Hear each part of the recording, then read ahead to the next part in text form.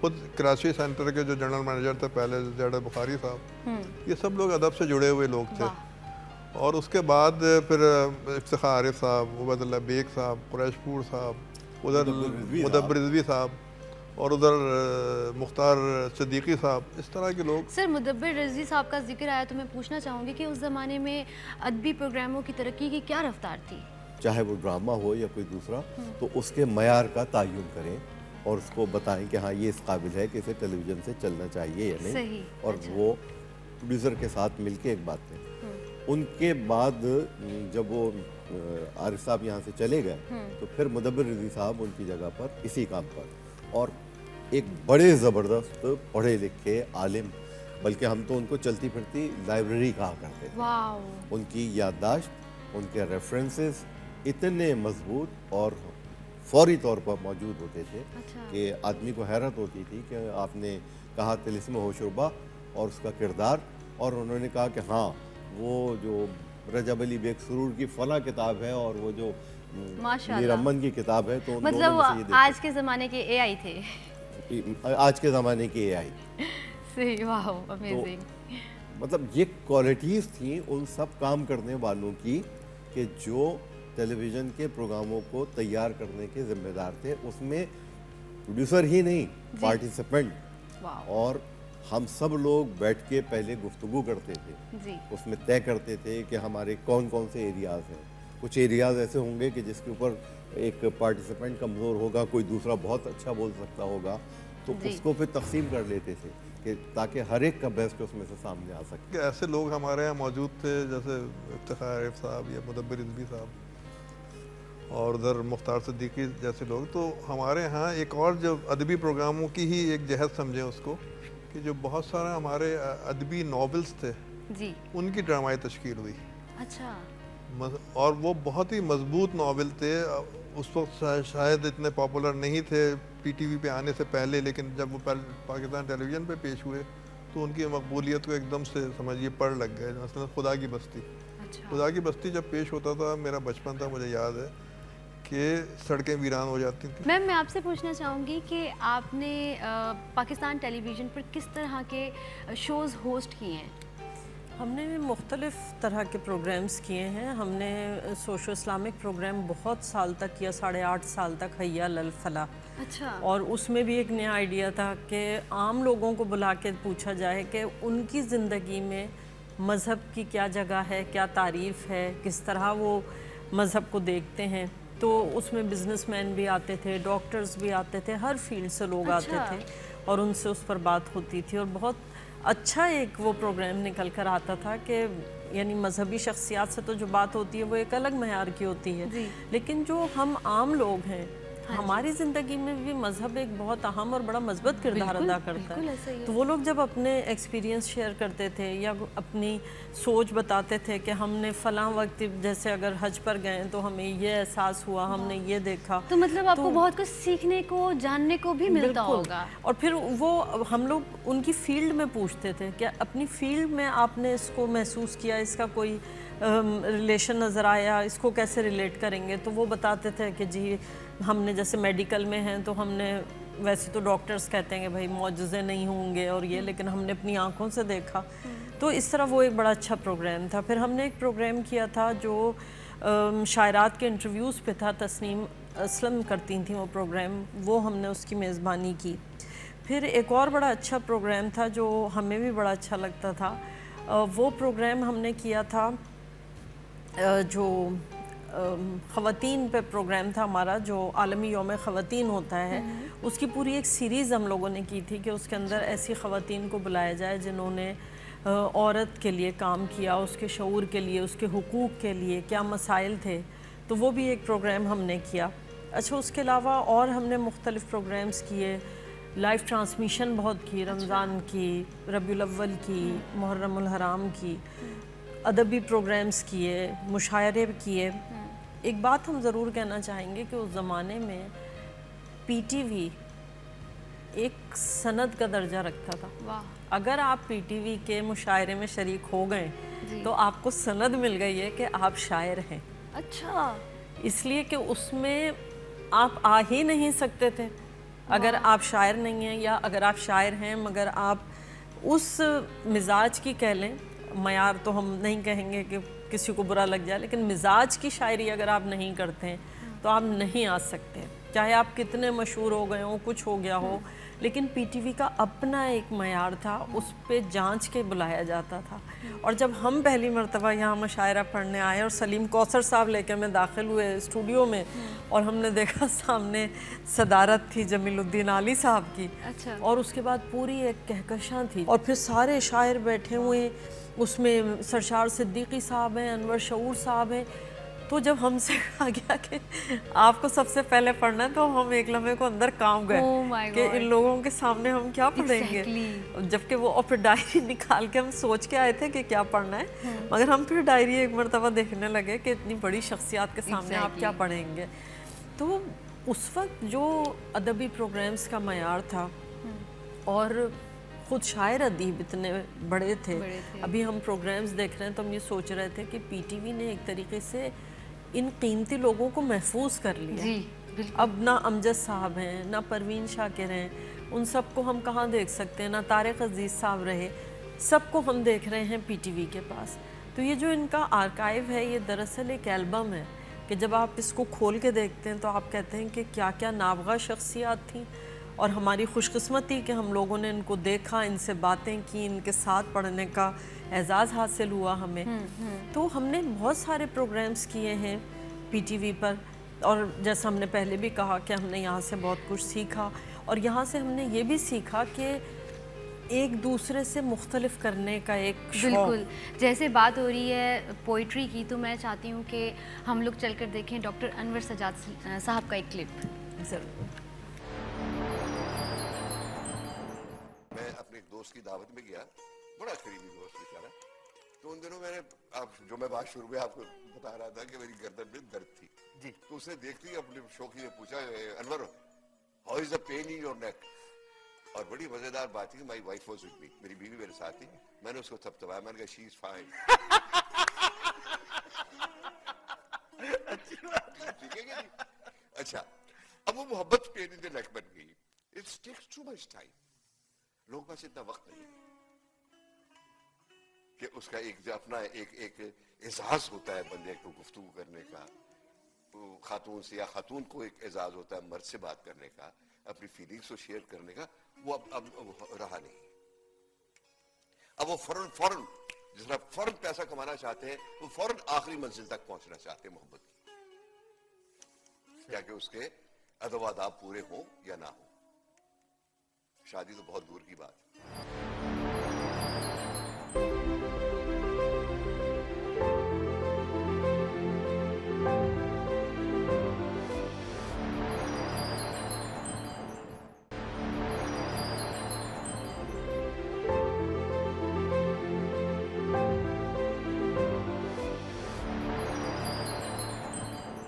جی ناظرین، تو ہم لوگ واپس آ گئے ہیں بریک سے، اور ہم امرین صاحبہ سے بات کر رہے تھے۔ جی میم۔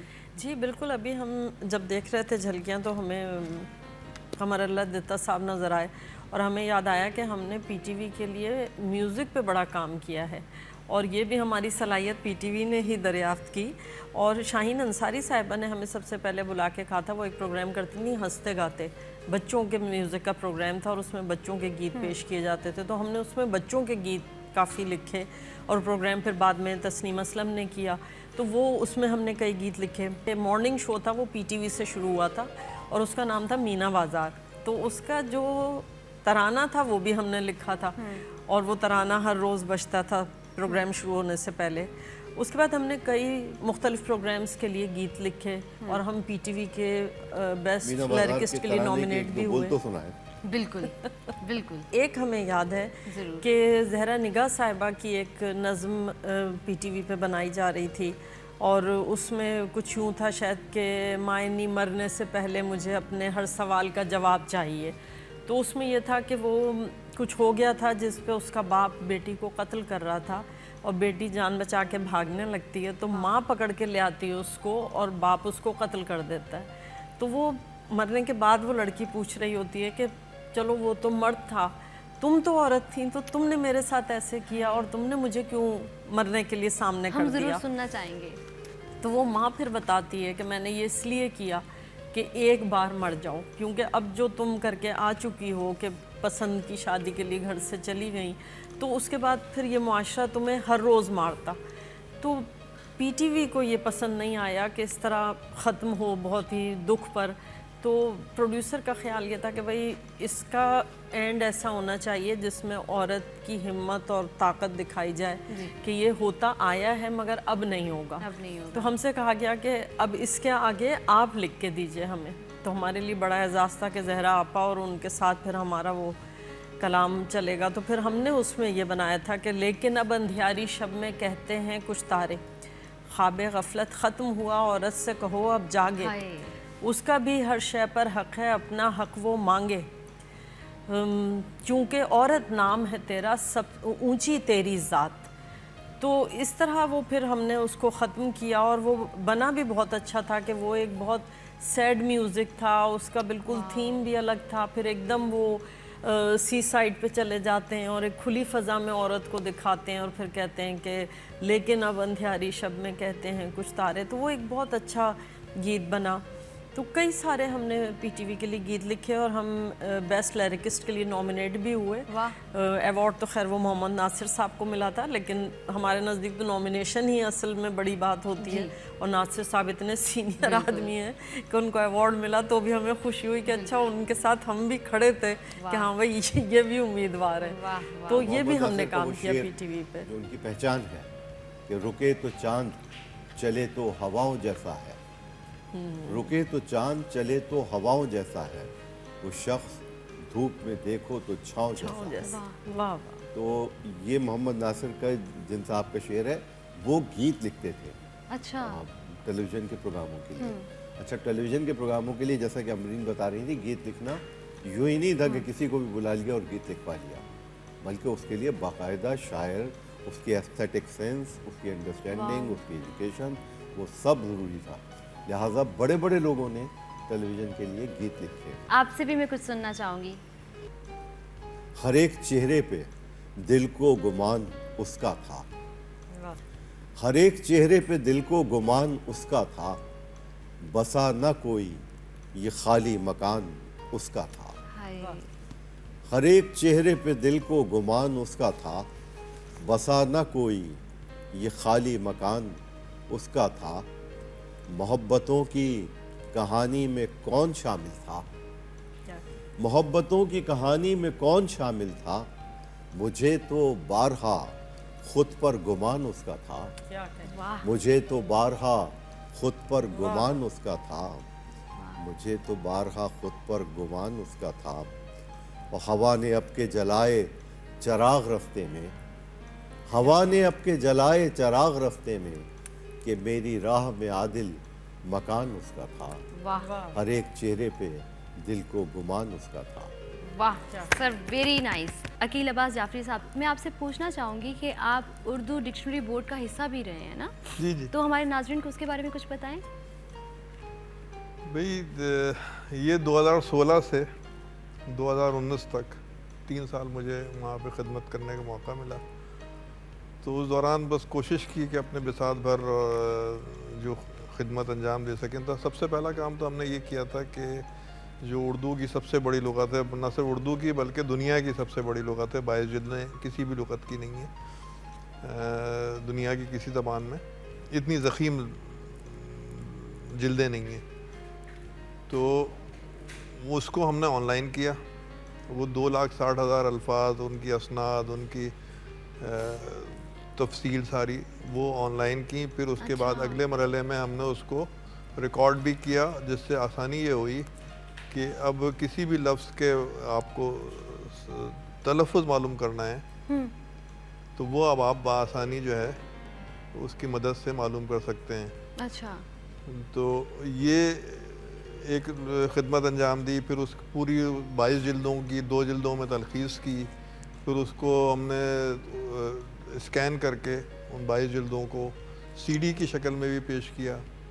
پھر اسی دورانیے میں ہم نے 4 مختلف فرنگیں شائع کی جو اردو کے بڑے شاعروں کی، مثلا پہلی یگانہ کی تھی، فرنگ یگانہ، پھر فرنگ غالب، پھر فرنگ انیس، اور پھر ایک فرنگ تھی ہم نے پیش کی فرنگ تصوف، اور کیونکہ باقی شاعروں کی فرنگیں پہلے سے موجود تھیں، فرنگ نذیر موجود تھی، فرنگ میر موجود تھی، فرنگ غالب موجود نہیں تھی، اور فرنگ انیس بھی جو موجود تھی وہ کسی اور صورت میں تھی اور کم مرثی اس میں منتخب کیے گئے تھے جن سے اسناد لی تھی.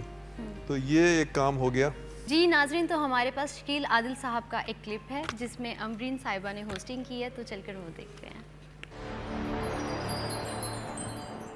کوشش یہ کی گئی کہ ہر اعتبار سے جو چیز پیش کی جائے وہ بہتر ہو، تو زبان بھی بہتر ہو اس میں. اب وہ لوگوں نے اسے پسند کیا تو اور توجہ ہوئی. وہی مترجم جو تھے وہی لوگ ترجمہ کرتے تھے اور مختلف. اچھا، سبرنگ کے نکلنے کے بعد اس کی کامیابی سے بہت سے ڈائجسٹ نکلنے شروع ہوئے. سبرنگ میں کیا فرق تھا کہ وہی مترجم جو دوسرے ڈائجسٹوں میں چھپ رہا ہے وہ سبرنگ میں اس کی کہانی بہتر کیوں ہے؟ چونکہ اس پہ کام بہت کیا جاتا تھا. تو اس میں پہلے تو تصحیح کی جاتی تھی خوب گاڑی قسم کی، اس کے بعد پہ ری رائٹنگ بھی ہو جاتی تھی. بالکل. تو وہ کہانی کچھ اور ہو جاتی تھی. یعنی یہ کہ زبان تو بڑا کام کرتی نا، زبان کسی کمزور کہانی کو بہتر کر سکتی ہے. سر، ہمارے پروگرام کا ٹائم آلموسٹ ختم ہو گیا ہے. آپ لوگوں کے ساتھ ٹائم کا بالکل بھی اندازہ نہیں رہا، بلکہ بہت ساری ایسی باتیں ہیں جو رہ گئی ہیں. ایون ہم نے بہت ساری شاعری سننی تھی لیکن ہمارے پاس ٹائم نہیں بچا. تو سر، آپ ہمارے ناظرین کو کچھ کہنا چاہتے ہیں تو پلیز. کتاب سے اپنا تعلق جوڑیں. کتاب ہمیشہ سے موجود تھی اور کتاب ہمیشہ موجود رہے گی. کتاب آپ کی زندگی کو خوبصورت بنا دے گی. جتنا کتاب سے آپ جڑتے جائیں گے اتنا زندگی خوبصورت ہوتی جائے گی. سر، آپ ایڈوائز دینا چاہیں گے، کیا بولنا چاہیں گے؟ کہ دیکھیے، ہمارا جو تعلق جو ہے وہ کتاب سے جو رشتہ ہے وہ ٹوٹ گیا ہے. بالکل. اور ایون ہم لوگ بھی اب ہماری وہ رفتار نہیں رہی کتاب پڑھنے کی کہ جو ہمارے یعنی نوجوانی میں ہم جس طرح سے کتابیں پڑھتے تھے، یا ایک کوئی اچھی لگتی تھی کتاب تو رات کی نیند حرام ہو جاتی تھی، اور جب تک صبح 4-5 بجے تک ہم کتاب ختم نہیں کر لیتے تھے ہمیں نیند نہیں آتی تھی. یعنی سو گئے، پھر جاگ کے پھر پڑھنی شروع کر دی وہ کتاب. وہ رشتہ اب ٹوٹ گیا ہے. بالکل. اور وہ رشتہ جڑنا چاہیے کتاب سے تعلق. اچھا، اور یہ سب ہمارے ہاں ہوا ہے.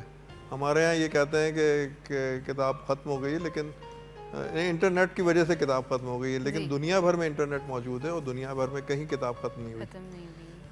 تو یہ ہمارے ہاں تو سمجھیے، میں تو یہ کہتا ہوں کہ کتاب کبھی شروع ہی نہیں ہوئی تھی. ایک زمانے میں 1000 کتاب چھپتی تھی جب مشرقی پاکستان بھی ہمارا حصہ تھا، پھر 500 ہو گئی، 300 ہو گئی. اب یہ آپ یقین کریں گی کہ کتاب کا ایڈیشن جو ہے وہ 10 تک آ گیا ہے.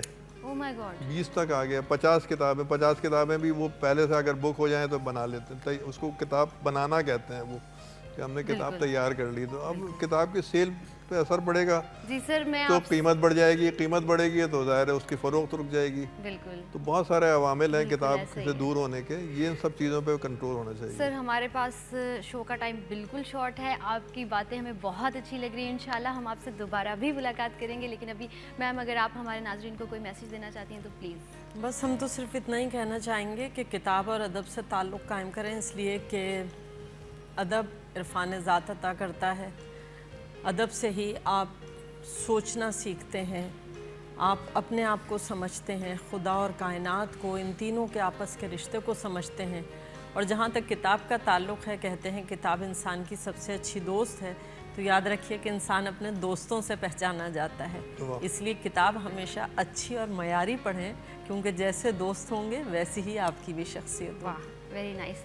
بہت بہت شکریہ آپ تینوں مہمانوں کا یہاں تشریف لانے کا، اپنا قیمتی ٹائم ہمیں اور ہمارے ناظرین کو دینے کا، اور پاکستان ٹیلی ویژن کی 59 اینیورسری کی خوشیوں میں اضافہ کرنے کا. پاکستان ٹیلی ویژن کی 59 اینیورسری کی خصوصی نشریات لیے کل بھی ہم آپ کے ساتھ ہوں گے. آپ بھی ہمارے ساتھ رہیے گا دوپہر 1 بجے سے 2 بجے تک. چلتے ہیں ہم